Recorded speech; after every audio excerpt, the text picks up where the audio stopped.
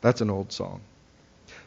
Today we continue in our readings from the Gospel according to John. And if you remember last week, we had the reading in Jesus' second appearance after the resurrection to the disciples, and this time doubting Thomas, as he came to be known, or Thomas the twin, was present.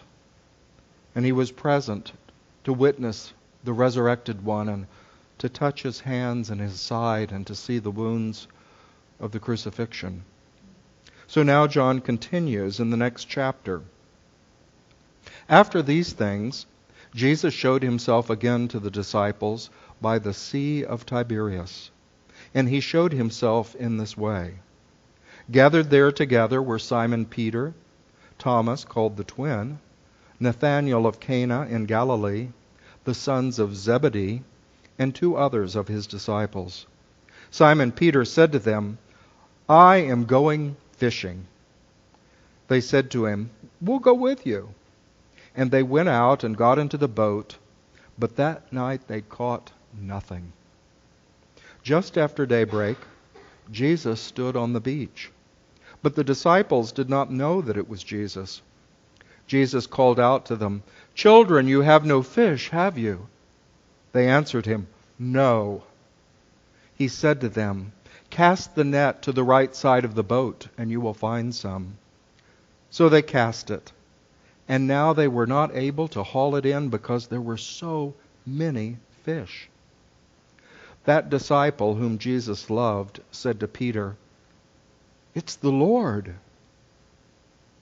When Simon Peter heard that it was the Lord, he quickly put on some clothes and jumped into the sea.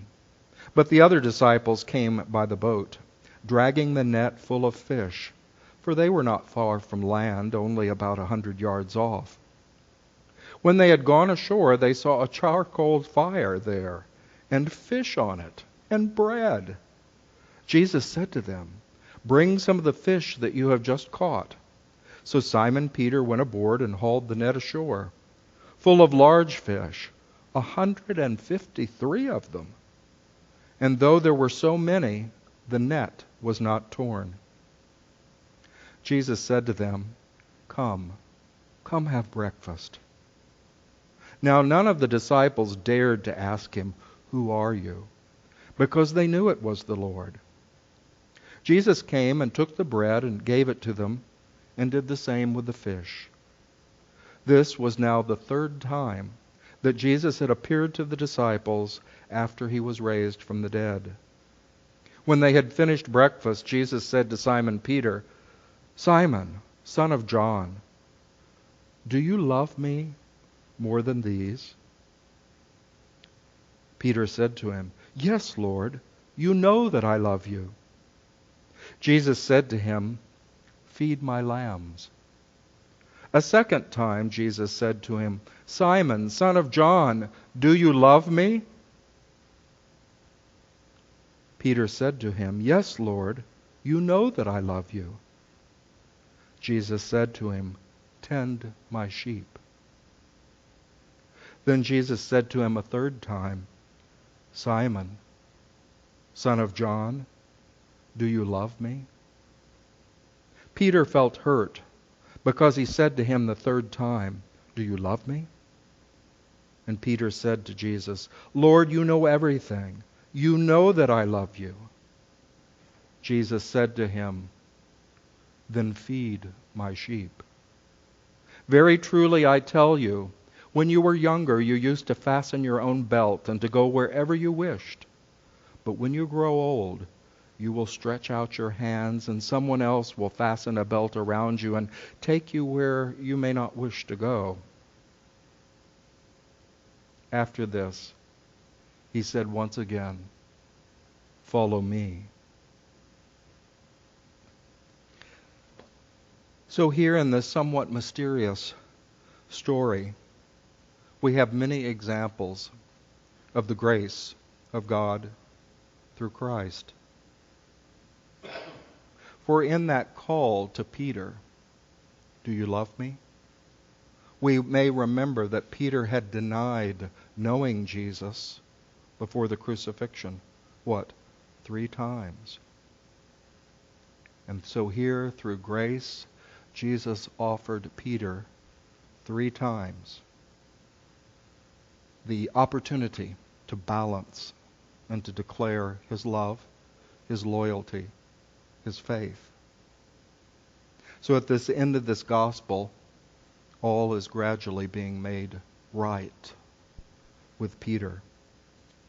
And there are many other examples that we'll explore in the lesson, but I particularly like the graciousness of their coming in from a night of fishing and not catching a single thing and being quite disappointed, and they come on the shore, and there is their master with a fire and breakfast prepared.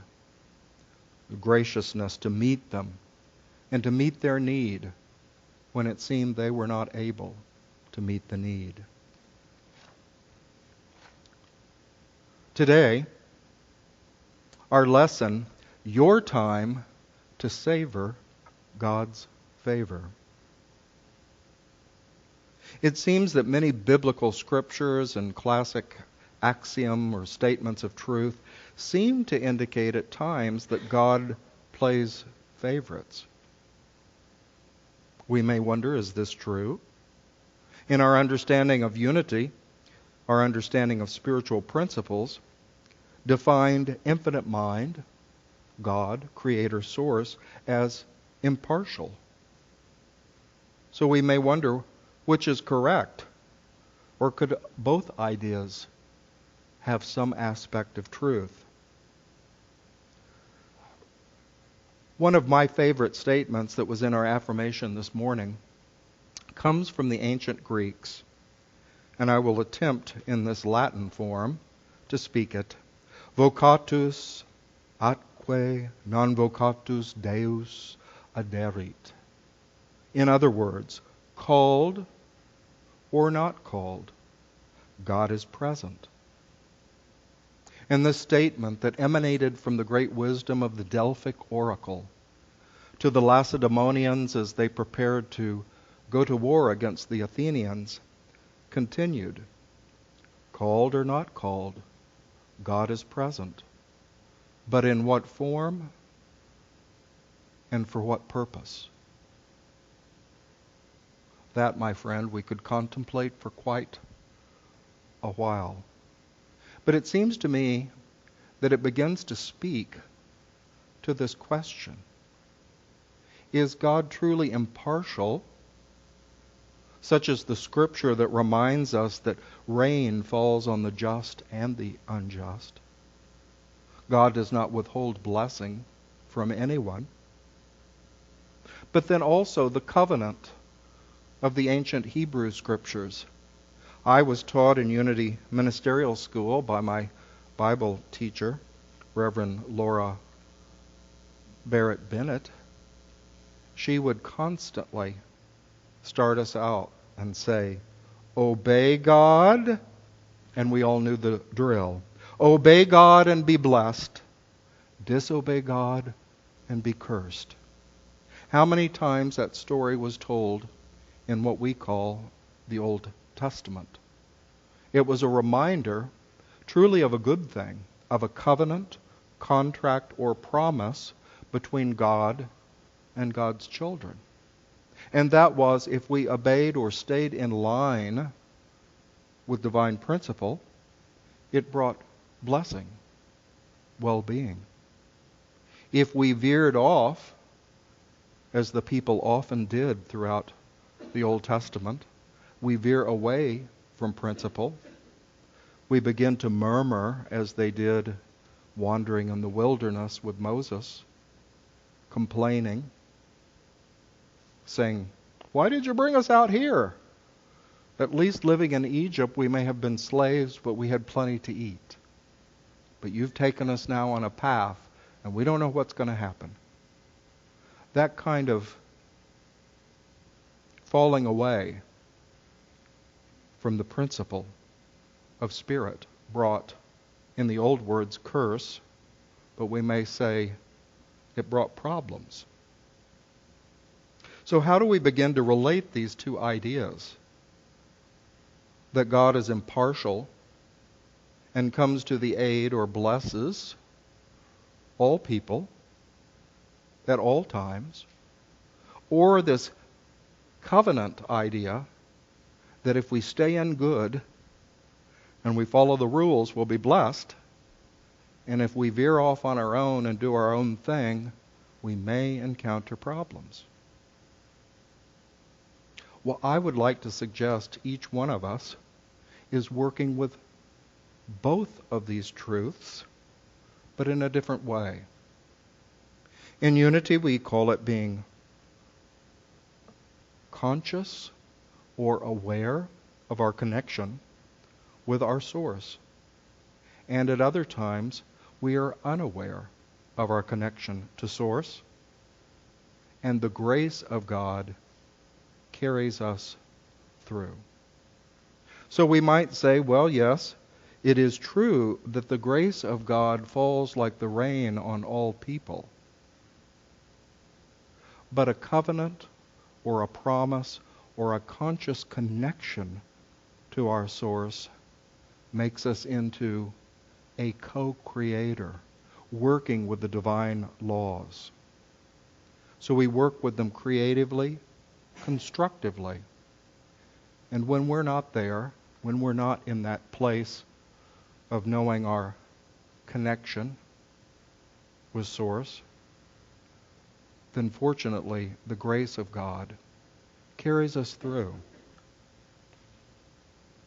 In a Sunday lesson long ago, Unity's co-founder Charles Fillmore asked his audience, the first congregation of Unity we might call it, he challenged them, as he often did, with his twinkle in his eye, his Midwestern accent, and just kind of an interesting way to put it. He said, "Is your God consistent and dependable? Or is he tricky? Changing from day to day. You never know what he's going to do." Well, that again puts us into this consideration of God working with us through spiritual law, and when we're not up to it, when we're not at our best, God still carries us through. I'd like to share this poem. You've probably heard it many times or seen it on the internet, the place where meaningful words seem to light these days on the internet. One night I dreamed a dream, and I was walking along the beach with my Lord. Across the dark sky flashed scenes from my life. For each scene I noticed 2 sets of footprints in the sand, one belonging to me and one to my Master, my Lord. After the last scene of my life had flashed before me, I looked back at the footprints in the sand. I noticed that at many times along the path of my life, especially at the very lowest and saddest times, there was only one set of footprints. This really troubled me, so I asked the Lord about it. Lord, you said once I decided to follow you, you'd walk with me all the way. But I noticed that during the saddest and most troublesome times of my life, there was only one set of footprints. I don't understand why. When I needed you the most, you left me. Then the Lord whispered, "My precious child, I love you. I will never leave you. Never, ever. During your trials and testings. When you saw only one set of footprints, it was then that I was carrying you."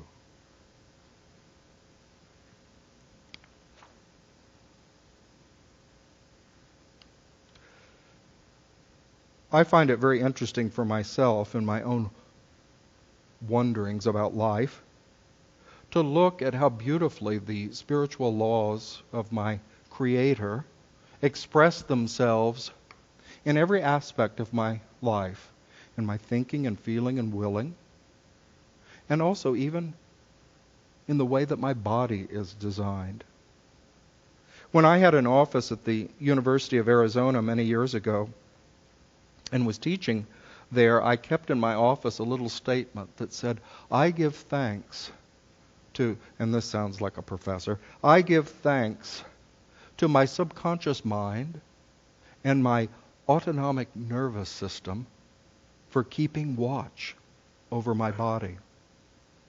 If you're aware of the systems of the body, the autonomic nervous system is an outpicturing for me of this grace of God, in that it mines the store, so to speak.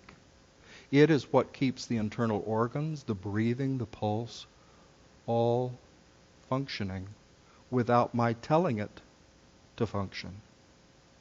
Can you imagine how cumbersome our life might be if we had to constantly remind our body, don't forget to breathe. Heart, don't forget to pulse. Various organs, don't forget to do your job. Now, again, when I was in ministerial school, a common faculty statement to us when we were getting uptight. Have you ever noticed when you get really worried and uptight? Or I used to notice this in the gym, lifting heavy weights. Suddenly I'll realize I'm holding my breath. So the faculty and the seminary would remind us in those conditions, breathe, breathe. Your stress is actually blocking your body's desire to maintain balance.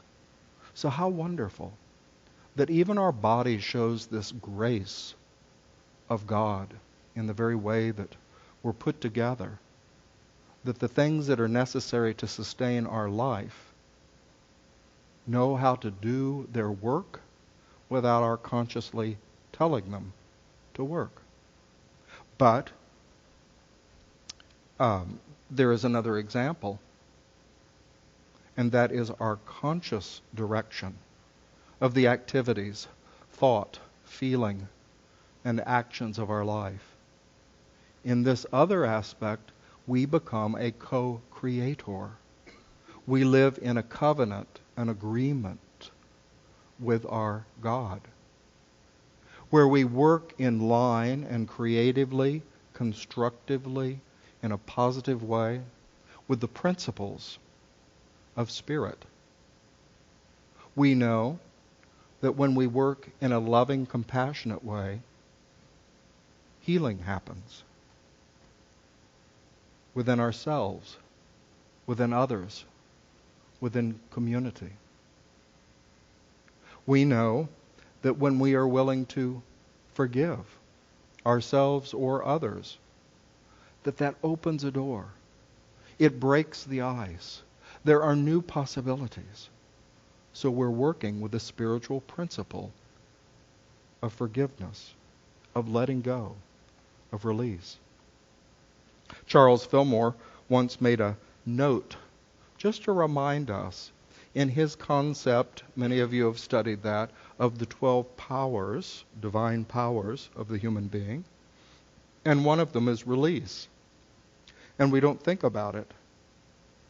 And he suggested in his writings, think what it would be like if you could not let go. There's not an experiment, there's a story told in the laboratory of an experiment, yes, with monkeys. And they had a large container with a narrow opening and a banana inside. And the monkey would reach in and grab that banana. But because he or she would not let go, they could not extract their hand. And they would be trapped for hours because they wouldn't let go of the banana in order to withdraw their hand. So this power of release, letting go, is extremely important, and important to our mind as well. That we have the ability to let go of a thought and not be fixed on something endlessly. Although at times we can get that way. Returning to our first statement, called or not called, I happen to like this because my undergraduate education was in psychology, and Dr. Carl Jung so well known, loved this statement so much that over the entrance to his large home in Switzerland was carved in the stone this Greek statement: called or not called, God is present. He wanted all of his patients coming to him for psychoanalysis to walk through that statement, that idea. You might wonder why. Jung claimed that to acknowledge God's presence was the first step in wisdom. It was the first step forward. And whether they were consciously aware of it or not, he wanted them to pass over that threshold with the statement that God is present as they entered his home for their time of counseling. In his last interview with the BBC in the late 50s, Dr. Jung was asked if he believed in God. And he replied simply and directly, I don't believe. I know. In other words, he had an experience, a living experience or connection with his understanding of God. Not simply a belief because he had been taught to believe. When we are not aware, not calling on God, Spirit's grace is still watching over us. Yet, when we do call God into our awareness, we are preparing the way for spiritual power, spiritual law to work through us, through our activities, through our thoughts. And we say that we are finding guidance, we are finding blessing, we're finding greater health. I was delighted to see that it always makes it more concrete when you see it in your own life. As Lee shared with us earlier in the service, and as I have shared before, many of you know the health challenge that I've gone through with pneumonia. And when they actually removed part of the top of my left lung, they said, well, you're always going to have a void there. You'll just have to accept whenever you have an x-ray the rest of your life, the doctor will probably say, what is this fluid-filled void doing? We've got to check on that. And the surgeon said, you just tell them I had a surgical biopsy and that part of the lung was removed. That's why there's a hole, a void there. Well, a few weeks ago when they did a CT scan, the doctors were quite amazed. They said, the void isn't there. Your lung has returned to its original shape, even though we cut part of it away. So an example in my own life, in any life, of what it is to be conscious of God as source, keeping our thought, as many of you here helped me do, during times when I was weak and confined to home, and I needed the help of others to encourage and to hold those prayers. I had a group recently call me from New York City, a prayer group. We've been praying and praying and praying with you, and we'd like to have a little report on how things are going. And it was just after I had had this scan and this appointment, and I was able to share the good news with them for all those compassionate souls that had sent their positive thoughts and their encouragement and their strength silently in my direction. And I was able to align myself with the idea that life is always greater than death. Wellness is always more powerful than disease. You know how I like the statements of Charles Fillmore? And he had a wonderful statement, although it was probably rather provoking to the individual that he said it to. And that is, when you will think more about your life than your illness, you will find healing. And that's what I attempted to demonstrate for myself. But there were down days, and days when I struggled to hold on to that power of life. But then this other aspect of grace kicked in and carried me through. Like that wonderful poem that suggested that was when the Spirit was carrying me when I was unable to carry myself. So this question that we started our lesson with, do we have a contradiction? What's going on? Does God truly send the rain and blessings for everyone? Or that statement, God helps those who help themselves. That statement of working creatively with spiritual principle, with God, cooperating. Well, it seems to me it's both. They're different aspects of our experience because we're on a path in this life. We're a work under progress. We are all, each in our own way, learning our lessons, helping one another, and making a difference in our world. But we've got these two choices. The time when we're really centered, really aligned with this covenant with our God, and God can work through us. Mighty blessings for ourselves, for others, for our world. And then there are other times, perhaps when we lapse into fear, distraction. We get worried about certain things in our life, in our world, and we kind of lose our conscious focus. And in those times, the graciousness of our God carries us through. Perhaps a friend comes to hold our hand when we're afraid. Perhaps a health professional comes to assist us when we're struggling with the physical health of our body. So many ways that the grace of God can manifest in our life and in our world. Well, I would like to end this lesson with something that we shared on Easter in the Easter lesson, but I've just found it such a powerful idea. A friend sent it to me from, once again, the internet. And in this case, it shows a little girl. You can make it a little boy if you like. But the statement is, when I feel discouraged, I remember whose I am, and I straighten up, and I straighten my crown.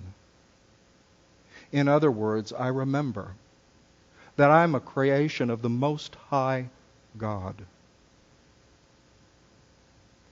I have God-given powers, and I pick myself up, and I straighten my divinity, my crown of consciousness, and I try again, and I move forward. So I invite you now to prepare for a time in the silence where in the very peace and center of silence we have the opportunity to call upon our God. To call upon our God. So I invite you to close your eyes if you will. Realize that we are in this beautiful, safe and secure sanctuary, surrounded by friends of like mind and like heart.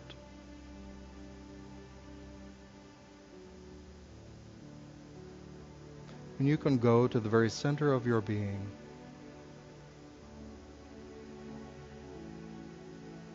And we may always pose a question in this silent place.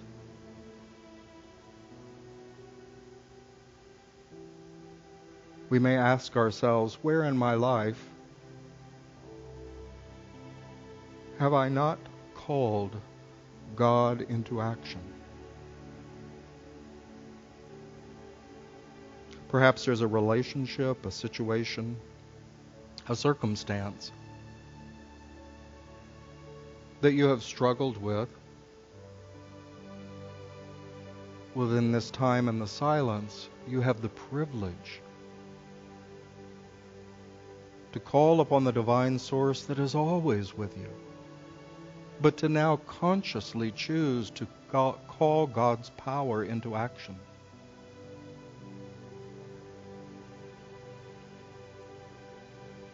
To call the Spirit of life into the action of healing or blessing. To call forth the Spirit of truth to help you find clarity,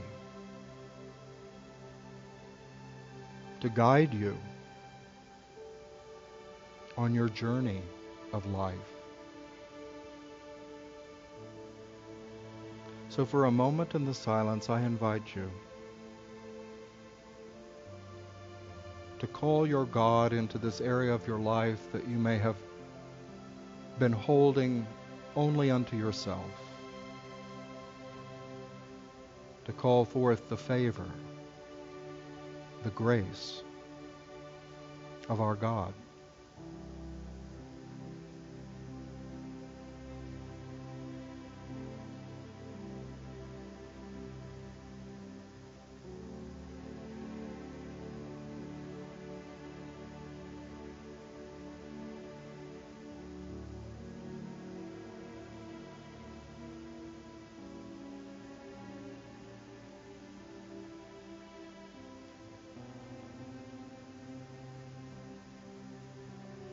And as we close this time in the silence, it's important to make a covenant, a promise, a contract, saying, I am ready and willing to learn to be more receptive to greater good, to my greater self, to my great God.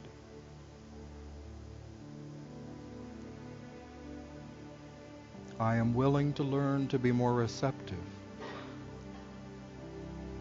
more conscious of my connection with the good of God.